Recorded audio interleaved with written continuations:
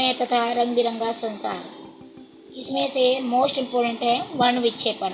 आइए वर्ण विक्षेपण को बहुत अच्छे तरीके से समझते हैं। कांच के प्रिज्म द्वारा सफेद प्रकाश का विक्षेपण वर्ण विक्षेपण कहलाता है। सूर्य का सफेद प्रकाश जब प्रिज्म से होकर गुजरता है, किसी भी प्रिज्म से जब सफ़ेद रंग का प्रकाश गुजरता है तो प्रिज्म सफ़ेद प्रकाश को 7 रंगों की पट्टी में विभक्त कर देता है। मतलब 7 रंग में वो बट जाता है। यह 7 रंग कौन कौन से होते हैं? बैंगनी, जामुनी, नीला, हरा, पीला, नारंगी तथा लाल। इसको क्या बोलते हैं? वर्ण कर्म। प्रकाश के अवयवी वर्णों के इस बैंड को स्पेक्ट्रम कहते हैं। स्पेक्ट्रम यानी वर्ण कम कहते हैं। प्रकाश के अवयवी वर्णों में विभाजन को विक्षेपण कहते हैं। इस प्रकार कई रंगों में बट जाने को वर्ण विक्षेपण कहते हैं। ये कांच के प्रिज्म पर जब सफेद प्रकाश पड़ता है तब ये 7 रंगों में बटने की क्रिया होती है। इस 7 रंगों में विभाजित होने की क्रिया को वर्ण विक्षेपण कहा जाता है। इंद्रधनुष वर्षा के पश्चात आकाश में जल के सूक्ष्म कणों में दिखाई देने वाला प्राकृतिक स्पेक्ट्रम है। यह वायुमंडल में उपस्थित जल की बूंदों द्वारा सूर्य के प्रकाश के परिक्षेपण के कारण प्राप्त होता है। इंद्रधनुष सदैव सूर्य के विपरीत दिशा में बनता है। जल की जो छोटी छोटी बूंदें होती हैं प्रिज्म की भांति कार्य करती हैं। सूर्य के आपतित प्रकाश की ये बूंदें अपवर्तित तथा विक्षेपित करती हैं।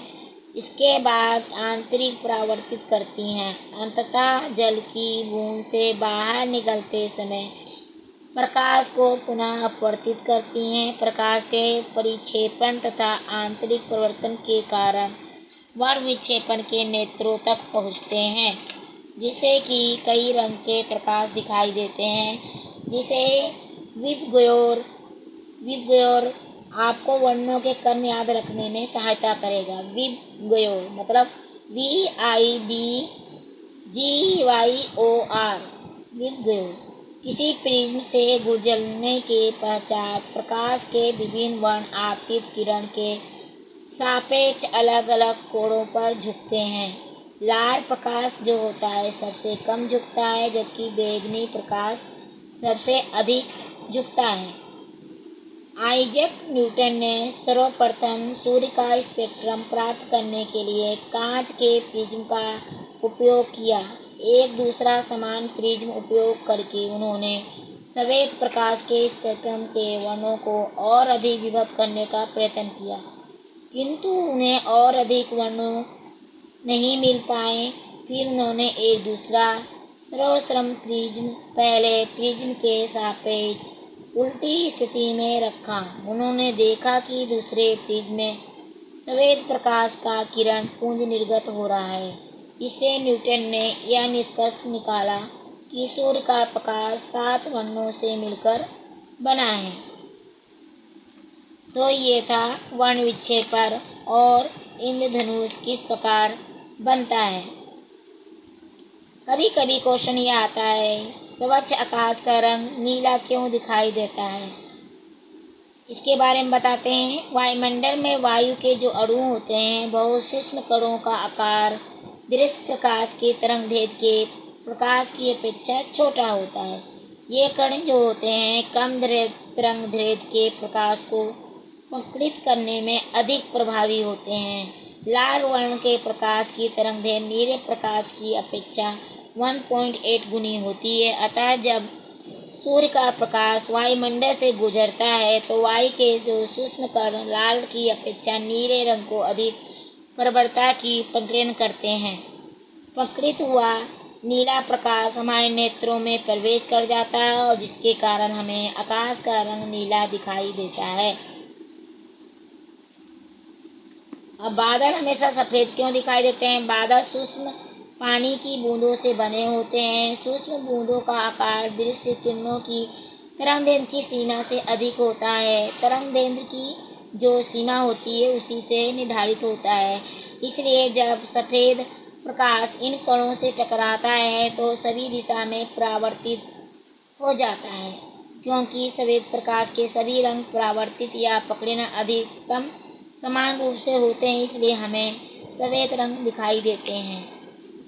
तारों में की अपेक्षा पृथ्वी के काफ़ी नज़दीक होते हैं ग्रह। ग्रह क्यों टिमटिमाते हुए दिखाई देते हैं? तारों की अपेक्षा जो पृथ्वी के काफ़ी नज़दीक होते हैं, इसलिए उसे प्रकाश का बड़ा स्रोत माना जाता है। यदि ग्रह की प्रकाश की बिंदु स्रोत को संग्रह माने तो प्रत्येक स्रोत द्वारा हमारे आँखों में प्रवेश करने वाले प्रकाश की मात्रा में कुल परिवर्तन का औसत मान शून्य होता है, जिस कारण ग्रह हमें टिमटिमाते हुए दिखाई देते हैं। मोस्ट इम्पोर्टेंट है टिंडर प्रभाव।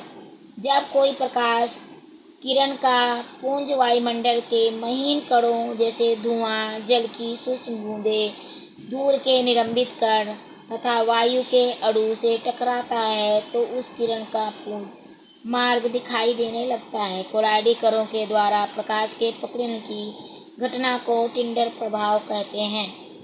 जैसे कि उदाहरण देख लीजिए, जब धुएं से भरे किसी कमरे में किसी सूक्ष्म छिद्र से कोई पतला प्रकाश किरण प्रवेश करता है तो हमें टिंडर प्रभाव देख सकते हैं। जब किसी घने जंगल के मैदान में सूर्य का प्रकाश गुजरता है तो टिंडर प्रभाव को हम देख सकते हैं। इसका नियम होता है लैम्डा प्रकाश किरण की तरंगदैर्घ्य को बोलते हैं पकड़न अनुक्रमानुपाती 1/λ4। इसका फॉर्मूला होता है। खतरे का संकेत लाल रंग को क्यों कहा जाता है? इसलिए क्योंकि लाल रंग कोहरे या धुएं से सबसे कम पकड़न होता है, इसलिए यह दूर से देखने पर दिखाई देता है, इसलिए इसे खतरे का प्रतीक कहा जा सकता है।